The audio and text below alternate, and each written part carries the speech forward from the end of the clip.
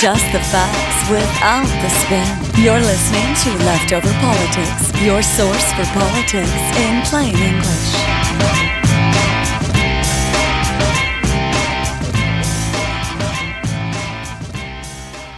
What's up, guys? Got another guest today who hopefully will stay on topic, because you're not as insane as Jared. We'll work on it. But Gage McDonald is here, and I think maybe he's going to start regularly co-hosting. That's the plan. I would like for him to. So, I want to talk about the debate. I know you watched parts of it. Yeah, you didn't see the whole I thing. watched it while I was going to bed last night, but I didn't see a ton of it. What was your opinion on it? It's definitely different. I know you don't identify as a libertarian, so just from a more Republican standpoint, I want to hear your opinions on what parts you did hear. I don't know. So the first thing that stuck out to me is they don't have big personalities. I mean, Yep. that's definitely, it's not necessarily a bad thing. It's just something. Well, when you're going up against people like Sanders and Trump. Yeah. Yeah. None of them have it doesn't really stick out. No, and that's one of the biggest issues with the Libertarian Party has been a lot of people say we have a marketing issue, if you want to put it nicely. My opinion, the best speaker there was Peterson, who just kind of came off talking like a frat boy. I didn't really see that. His introduction where he talked about how he had an army of freedom ninjas. Oh, Christ. Which it sucks because I agree with a lot of his policies, but just the way he presents himself, I don't think he actually plans on. Like, this isn't a presidential election for him. This is just getting his name out, getting publicity, so he can do something else later and people will know who he is. That's what I think. It's good marketing. Yeah, it is. McAfee, all the articles that were out were saying he was the philosopher, which I agree with. You know, I don't know if you saw the part where they were talking about the war against ISIS and all this stuff, and he responds with, well, what is war? Why do we even have wars? Oh, and then God, I didn't see that part. Talking about drugs. He's like, what is a drug? You know, people drink alcohol, that's a drug. And again, I like a lot of his opinions. You can fight any question with what is. And it was, McAfee particularly it's like he was exclusively talking to the libertarians watching it, because he was going into all these little minute philosophical libertarian points that no one cares about except people like me. Like, people who are actually into libertarianism and the philosophy behind it. Most people don't care. They're just like, what are you talking about? How are you going to fix the country? And then Johnson is just awkward when he speaks. Yeah. Seems nervous. Yeah, he seems really nervous. He seems awkward all the time. And then you get into, you know, even if someone's going to decide to vote for these guys, they're going to look into their backstory. Gary Johnson founded and ran a medical marijuana company. So there's going to be a lot of people that are opposed to him for that. McAfee is, I don't even know where you start with his past. Fleeing the country, and his YouTube video is great. The uninstall video. If you don't know who John McAfee is, go on YouTube and type in McAfee uninstall video and watch that. That'll give you. He's just one of those guys that doesn't care at all what anyone thinks about him, even a little bit. And I don't think you can be a politician and have that mindset. No, you gotta care a little bit. Yeah, it just doesn't work. So I said earlier, if you took all three of them and smushed them together, they might make one decent candidate. Yeah, but that makes sense. This weekend is the second part, so we'll see how it goes.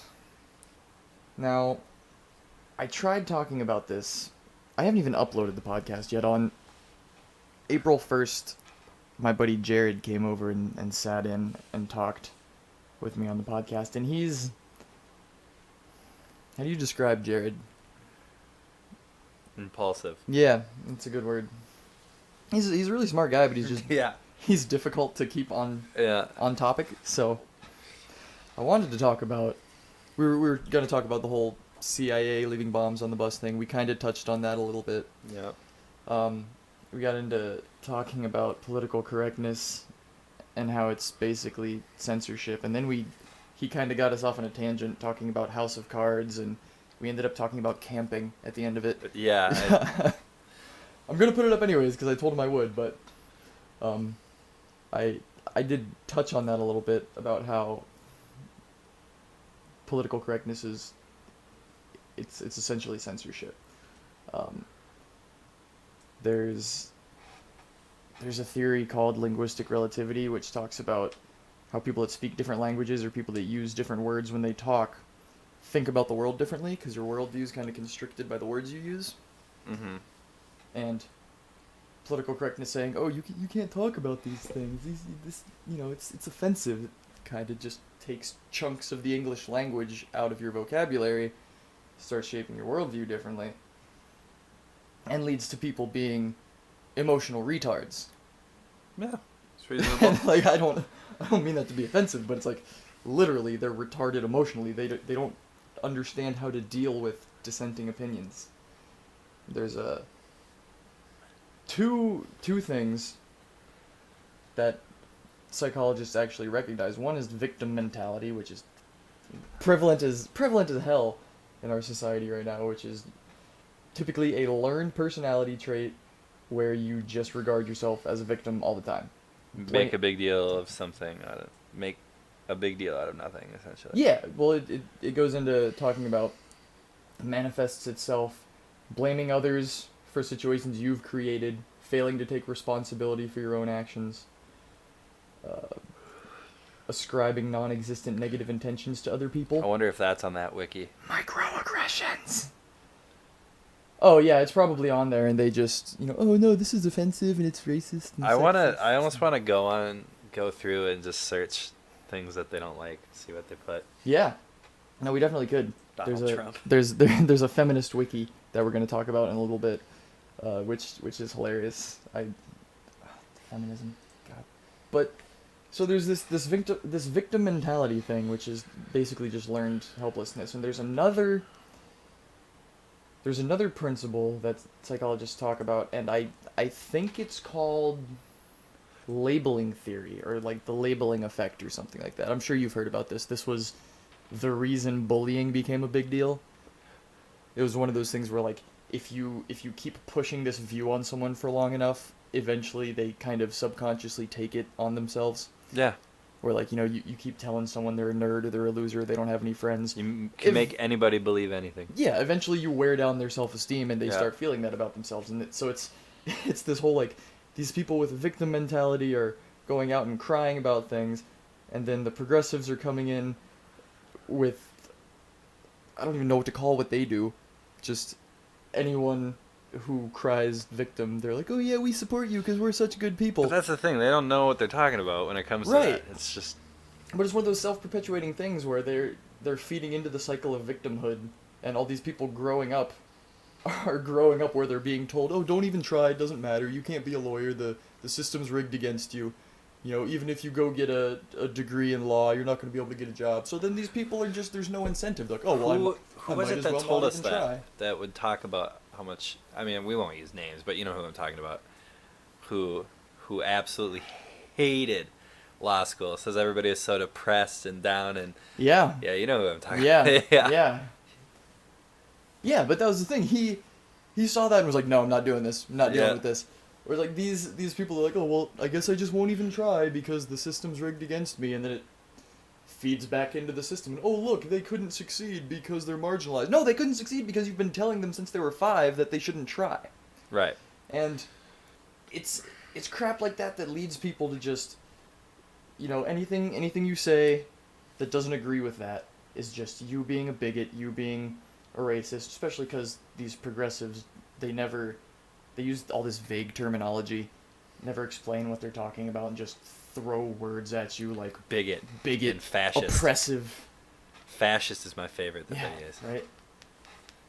I would love for someone to define fascism. That's what I'm saying. Like anybody who crams fascism down anybody's throat, I want to hear what it means from their perspective.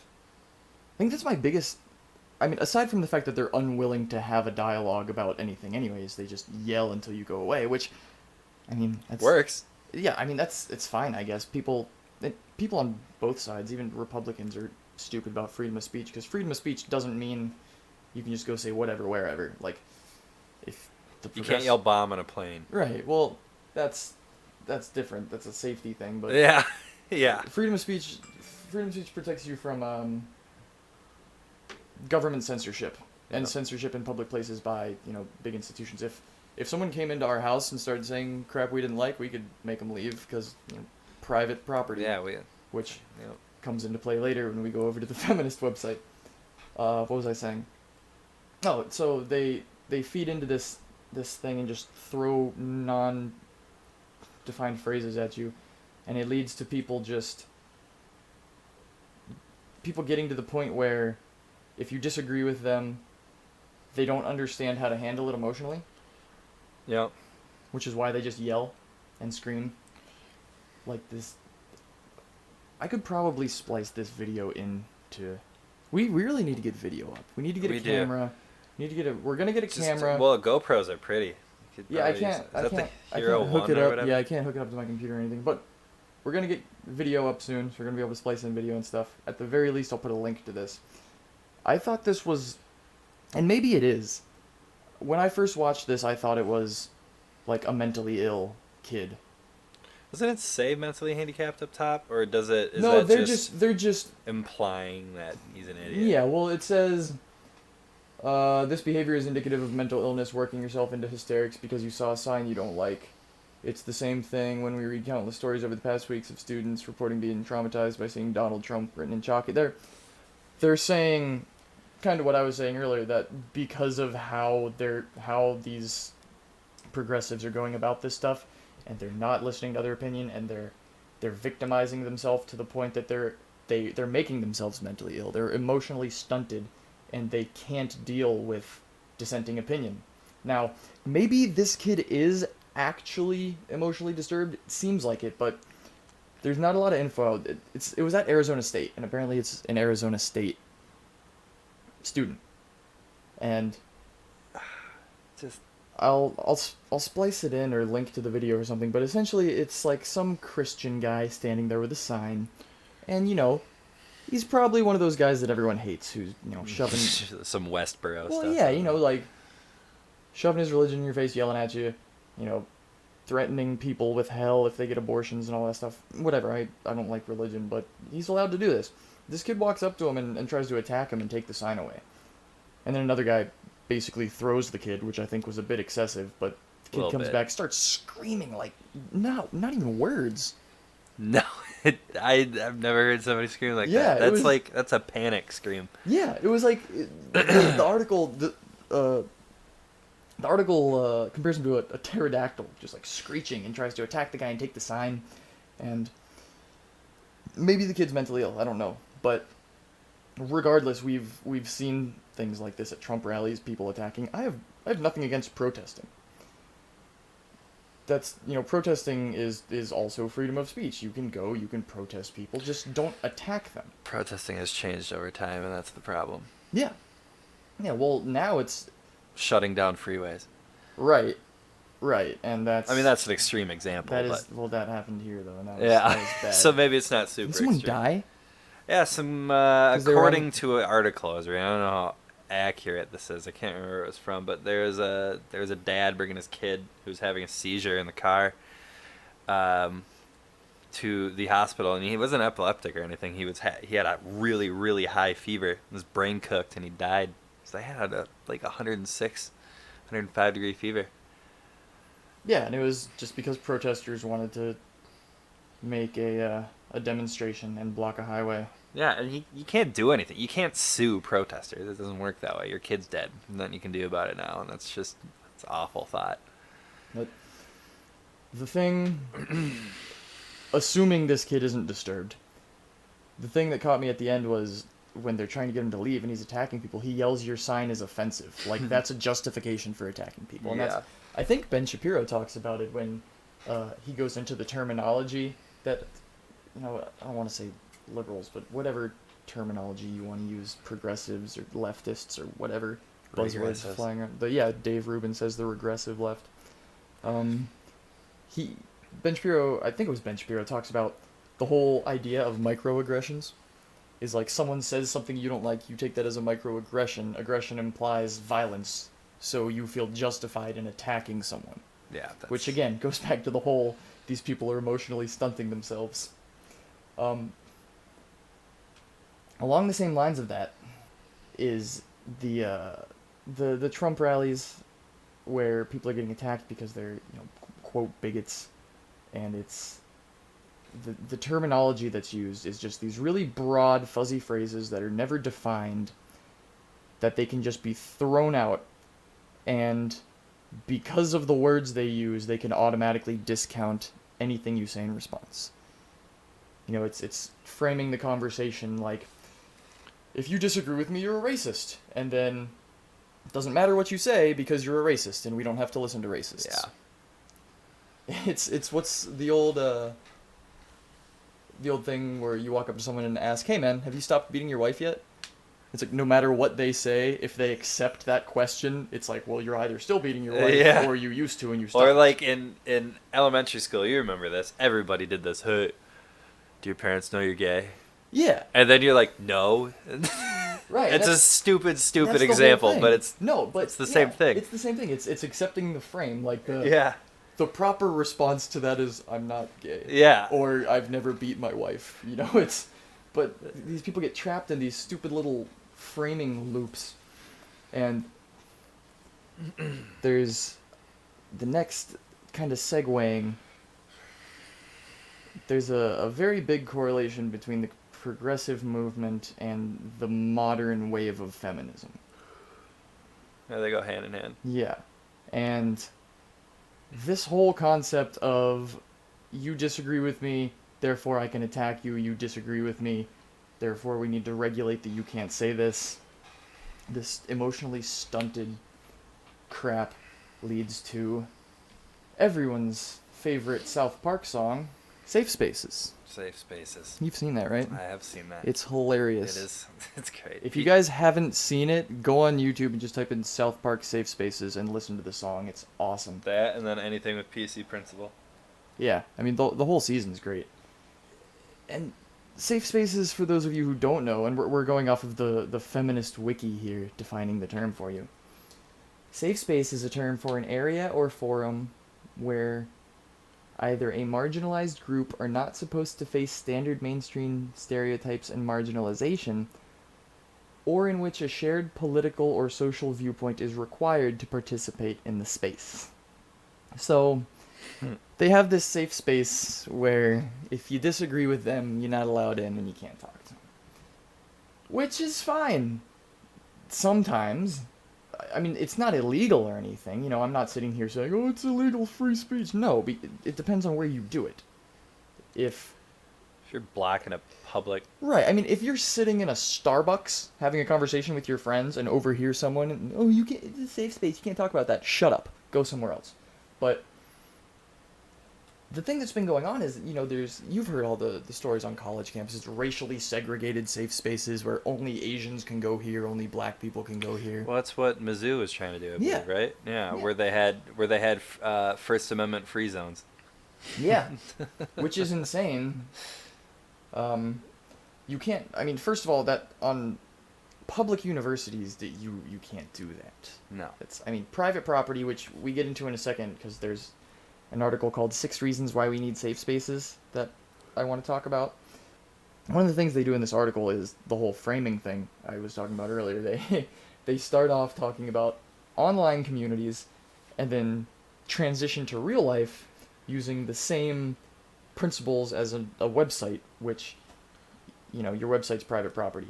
If you have a web form and you say, hey, here's what we talk about, here's our rules, you're allowed to discriminate against people. I mean, they have here feminist websites, feminist communities, and all that stuff, and they just jump back and forth between real life segregated safe spaces, which again they're not illegal, but I think they're bad for society when you're jumping back 50 years and segregating people.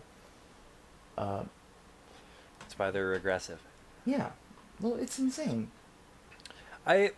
Maybe it's because I'm from Minnesota, and Minnesota is an incredibly liberal state, depending on where you are. Yeah.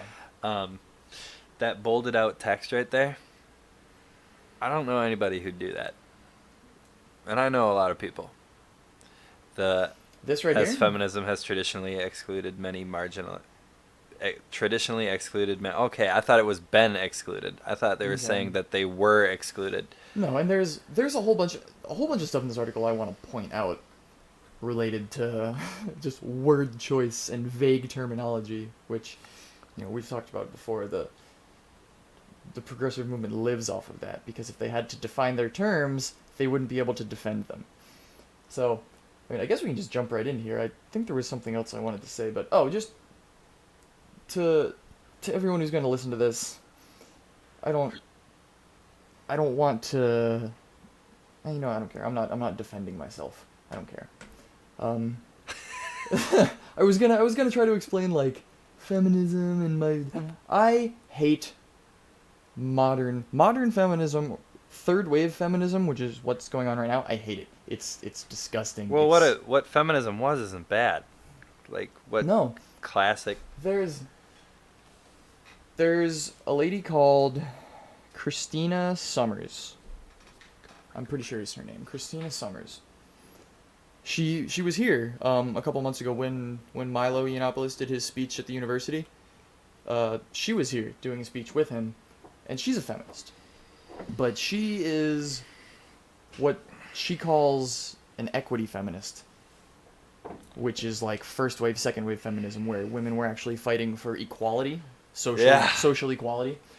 And she's great. If any of you haven't heard of her, especially anyone listening to this who hates me and considers themselves a feminist, go read some of her books or listen to her, because she does this thing. I've heard her talk a couple times. I think I saw her on the Rubin Report, where she talks about how modern feminism isn't about equality. It's about some obscure, non-defined term called social justice, which you know how much we love social justice warriors. I don't think anybody likes social justice. Even social justice warriors don't like themselves. Right. Well, there's like infighting. You're not fighting for social justice. You're wrong, because it's so. You're fighting for your own personal agenda. Yeah. It's like Kevin. Anyone who hasn't been on the website, we have a blog too. Leftoverpolitics.com. My buddy Kevin is a writer for us, and he just put an article up today talking about social media and how it's kind of mob rule now with the whole social justice thing stemming from social media. And he goes into talking about the hands up, don't shoot thing and how that was blown up on social media. And modern feminism has moved to the point of just this random obscure term called social justice. And Christina Summers talks about how it's just this new wave of feminism is just ingrained in hating men for no reason other than the fact that they're men, and they moved into this weird realm where they don't want social equality, they want justice, and they can't accept the fact that men and women can be socially equal, but biologically different. Yeah. They're trying to and that's not saying anything against transgender people. We can talk about that another time, because I have tons of opinions on that. But it's just equality versus being the same, and that's what third wave feminism is about, at least according to Christina Summers. But that's my opinion on feminism. And when we get into talking about this article, they're going to use the exact same type of just weird terminology that they don't define, just really broad phrasing. I guess we can just jump right into it. One last thing on that note. Yeah. Not all feminists are like that. And I think we both understand that. No, and, of course not. Just to clarify. I mean, I'm not defending myself or either of us by any means. I'm just clearing that up. I don't think that, like both of us have said, feminism isn't a bad thing. It's what it's become that's bad. No. And that's why, like I said, the woman I was talking about, she is a feminist. It's just this. I mean, my girlfriend considers herself a feminist. She's just not insane. No, she's not ridiculous about it. She's normal. She doesn't have these insane views that all of the social justice warrior feminists have, which I love Crowder's thing where he went to the meeting. Those people are ridiculous. And the picture of Jesus drawn up as a woman. He's like, how is this not offensive? Whatever. With a pair of rubber boobs on. That's like, I don't know. And that it goes back to the whole victimization thing. We can say whatever we want because we've been marginalized. but if you disagree with us, you're oppressive and you're a bigot. Yeah. And it's just this self-fulfilling prophecy of mediocrity and victimhood. So, everydayfeminism.com, probably going to be my new favorite website. I'm probably going to be on here all the time. So, we're just going to read through the 6 reasons why we need safe spaces. And we're going to comment on them.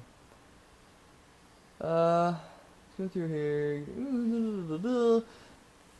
Oh, people... The critiques of safe spaces, calling them an echo chamber, or to use a more vulgar term, a circle jerk. Never called it that. No, I've never actually I've heard it, that term.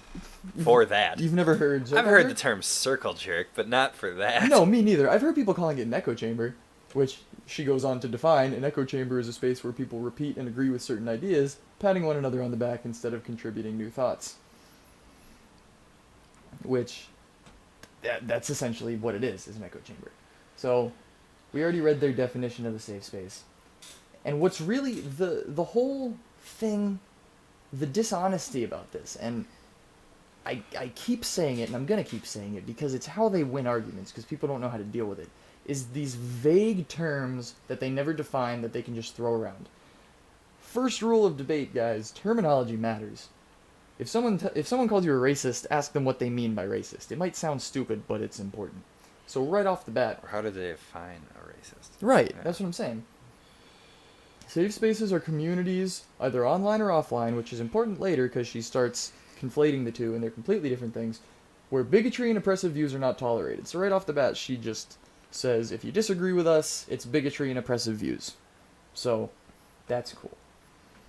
Essentially, safe spaces provide a network of support and understanding. Which is, I mean, that's the one thing that would make sense out of all of this. Right. But the thing that pisses me off about this article is she doesn't talk about safes. She'll talk about safe spaces and talk about how people don't like them, and then she'll flip and talk about an online community. She talks about an online community in here that gives assistance and support to rape survivors.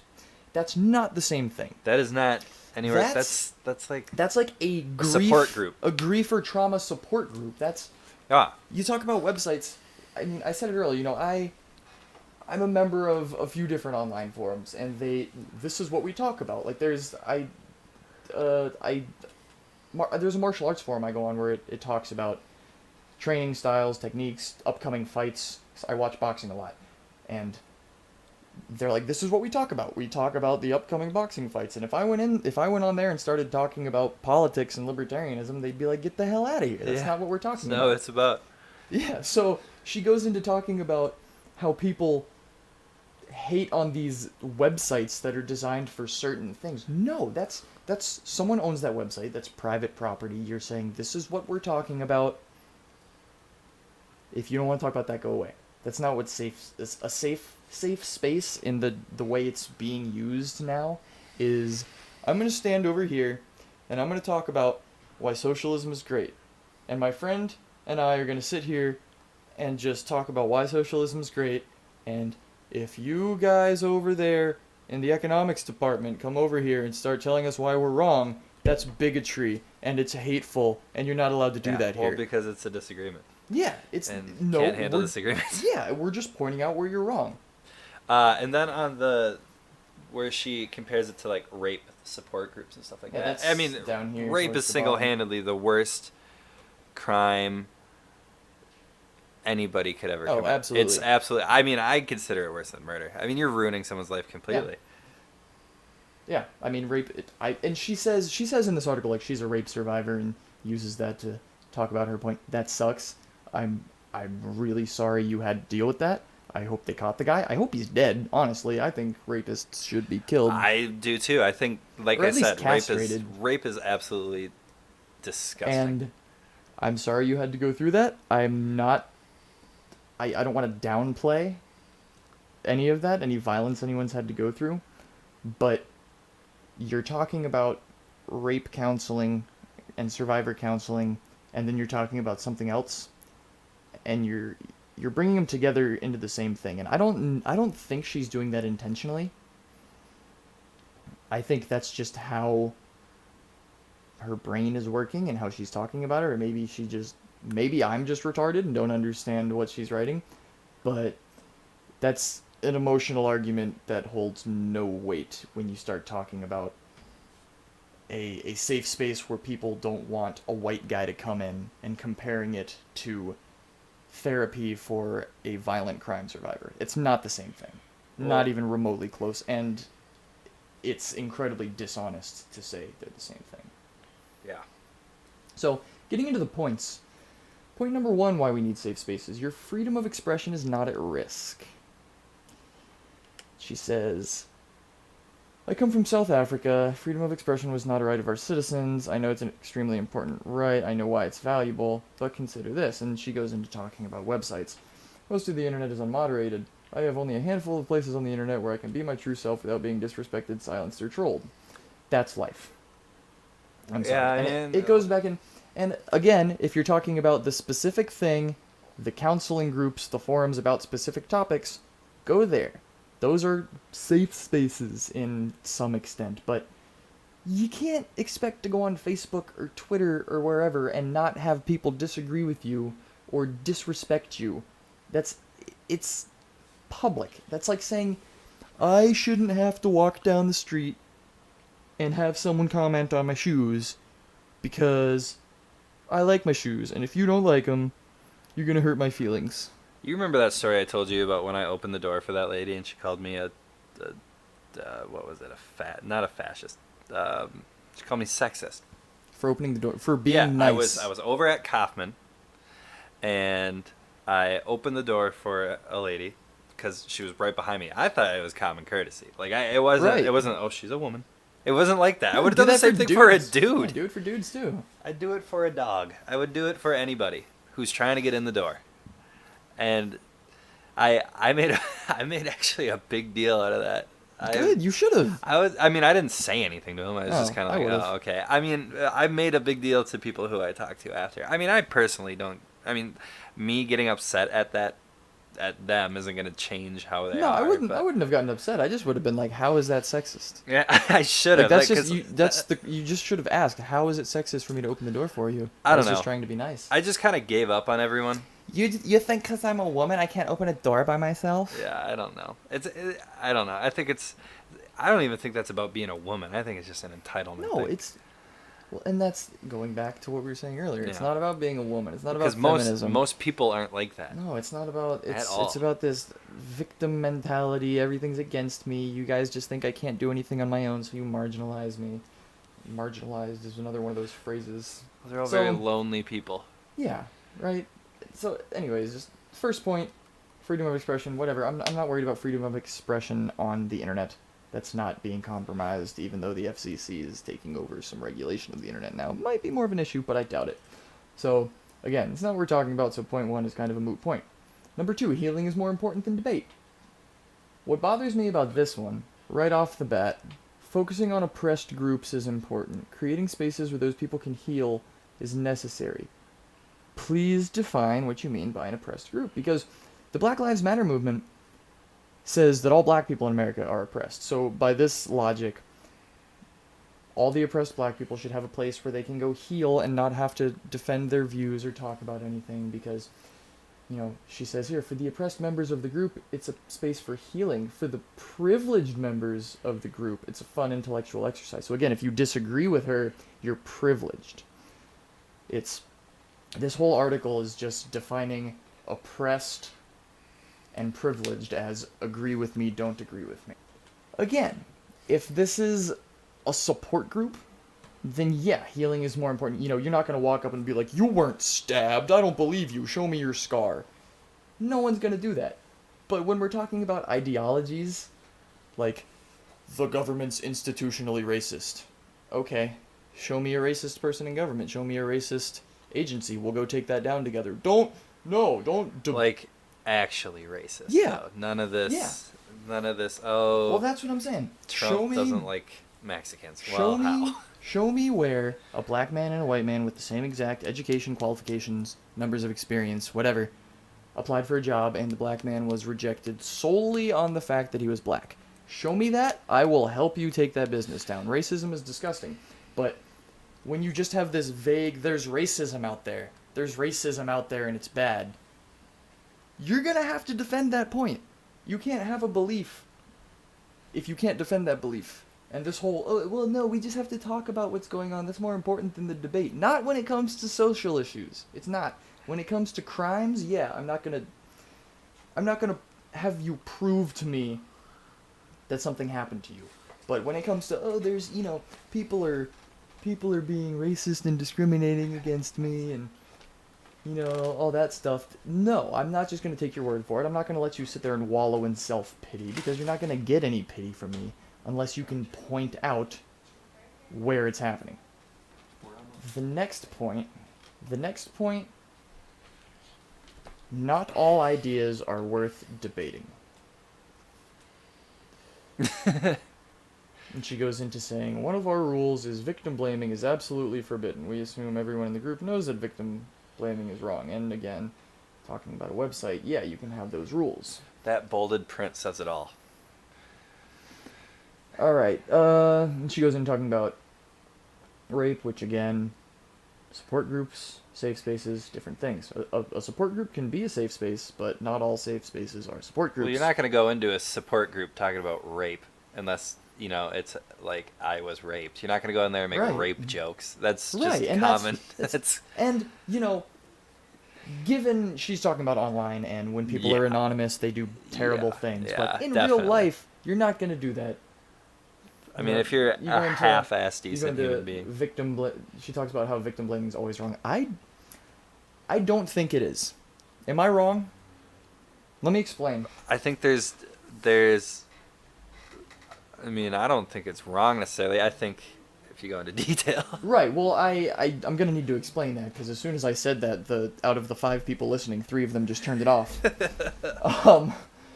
So, victim blaming, and the argument's always rape or domestic abuse. Like, oh, did the woman deserve that? No, of course not. Absolutely. I'm not insane. No one deserves that to happen to them. And this isn't even victim blaming.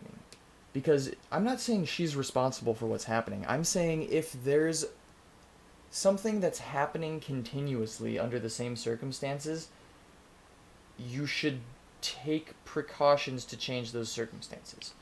I go to domestic abuse. If your boyfriend comes home every single Friday night drunk and beats you, no, you don't deserve that beating. No, it's not your fault that it's happening. But you should leave. You shouldn't be there you shouldn't be with the guy in the first place. Right. But you shouldn't be there when he comes home drunk to beat you. Now, if you are there, that's not your fault that he's beating you. Of course not. But you can take precautions to make these things not happen. Obviously, not every crime has those sort of precautions you can take. But, this is the type of thing where if I were to mention that to someone, if I were to say, well, most rapes happen at this part of town at this time of night, so maybe you shouldn't walk around alone there.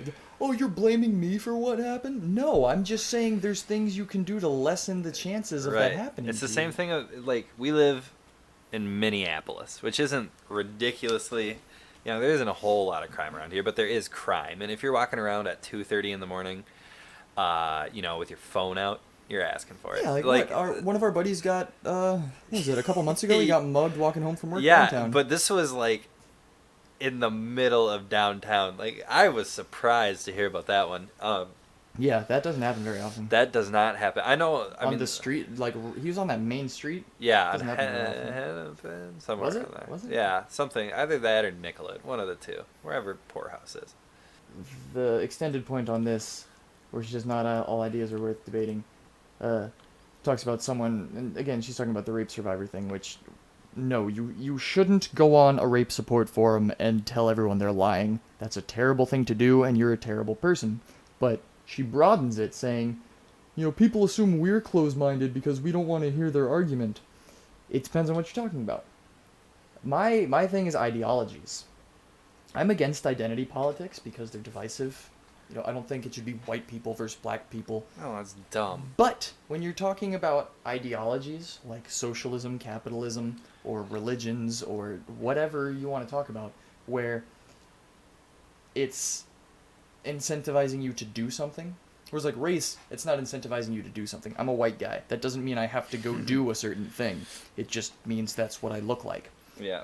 But I'm also a capitalist, which means there are certain things I believe should be done and should be implemented. That when you have ideologies that you're trying to impose on other people, then yes, the debate is necessary. And you are closed-minded if you're not willing to hear an argument. That's exactly what I was going to get to. They're commenting on how closed-minded people are, but whoever wrote, whatever genius wrote this one, decides that, we don't want to hear your closed-minded comments, so don't say them at all. Well, that's pretty closed-minded. And then you get into, again, just the vague reinforcement of the progressive beliefs. Safe space is an opportunity to connect with other people who realize society's mainstream oppressive messages are bullshit. So now it's getting into the whole punk movement, where it's like, we're not mainstream, we're some little fringe group, and all you mainstream guys are oppressive. But the issue is these people are the most... I mean, it's a vulgar display. Like, whenever they talk to someone, like, if you could look up anything, that Crowder video. These people are ridiculous. And, he's there being relatively respectful for, especially throughout the beginning of that video, yeah. he was asking questions. He was asking questions. And then, once they were, starting to get defensive with him, right. And that's, the whole thing is you can't ask questions because healing is more important than debate. And we need to heal. We don't need to answer your questions about what we think. Next one, online spaces are exclusionary. Yeah, I agree. I don't care. Forums can be exclusionary. Diversity of perspective. I don't care about diversity of perspective. Diversity is not inherently a good thing. It can be. It can be a very good thing. But multiculturalism in and of itself is kind of a nonsensical term. I talked about this in another recording I did where I was talking about that whole Georgia discrimination bill, so I'm not going to jump into it again, but yeah, diversity isn't necessarily a good thing. And you tell people that, and they start assaulting you, like they did that Breitbart reporter at Shapiro's speech. You don't believe in multiculturalism, I'll punch you in the head because you're microaggressing me. Word crimes. So the last point is echo chambers can be useful. What's wrong with being in an echo chamber if all that is being echoed is the idea that you're human and worthy of respect? That's not what these safe spaces are talking about, though. They're all these... And it's so dishonest to say that. Where if you guys were just standing around hugging each other saying that, yeah, you're worthy of respect, then yeah, I wouldn't have a problem with it. But what you're doing is you have these opinions and these viewpoints that have no evidence supporting them. No statistics supporting them. No even reasoned argument supporting them.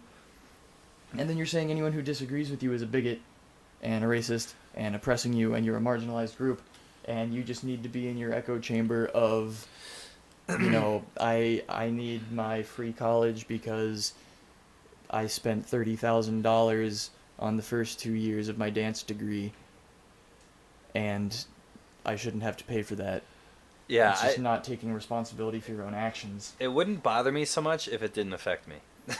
That's the whole thing. Like, yeah, I don't care. I wouldn't care about this at all if they weren't trying to push it on the entire country. Yeah. It was like, we want to have a little socialist commune in Seattle. Cool, go do that. I want nothing to do with it. I don't want to see anything about that. I don't want any of that. But once you start saying, we have this opinion and we're not going to defend it, but we're going to sit here and talk about how great it is, and if you disagree with us... you're a bigot. That's when I start having issues. What were you pointing at? The last line? That last line. In a world that tries to deny the oppressed their humanity. I still don't know what oppressed means. She hasn't said what qualifies as... I feel oppressed reading this. I'm being oppressed by everydayfeminist.com. Yeah, well, I feel like, I'm being considered a common person because I don't believe in... Or what they call a common person, a bigot, whatever, because I don't believe in safe spaces. I think they're stupid. Mm-hmm. There's nothing dogmatic about a safe space. On the contrary, safe spaces are fucking revolutionary. It literally says fucking revolutionary in there. Wow. This pisses me off more. The next line. I see the current feminist movement and social justice activism as people-focused activism. It centers on healing. No, it doesn't. First of all, social justice doesn't exist. The concept of social justice is in direct... It's the exact opposite of individual justice. you take a group, you care more about the group than the individuals that make up the group, and that's bad. I don't have time to go into all of that right now, but we need to do another one about collectivism and social justice and how it's crap. Mm-hmm. We're gonna cut the recording and upload this podcast to our echo chamber of a website where we as white men who believe in capitalism are an oppressed, marginalized group, and the bigot, oppressive progressives are not allowed to come infringe on our safe space and tell us that we're wrong, because we're not wrong. Free zone. We're not wrong. We're healing from the damage that they've done.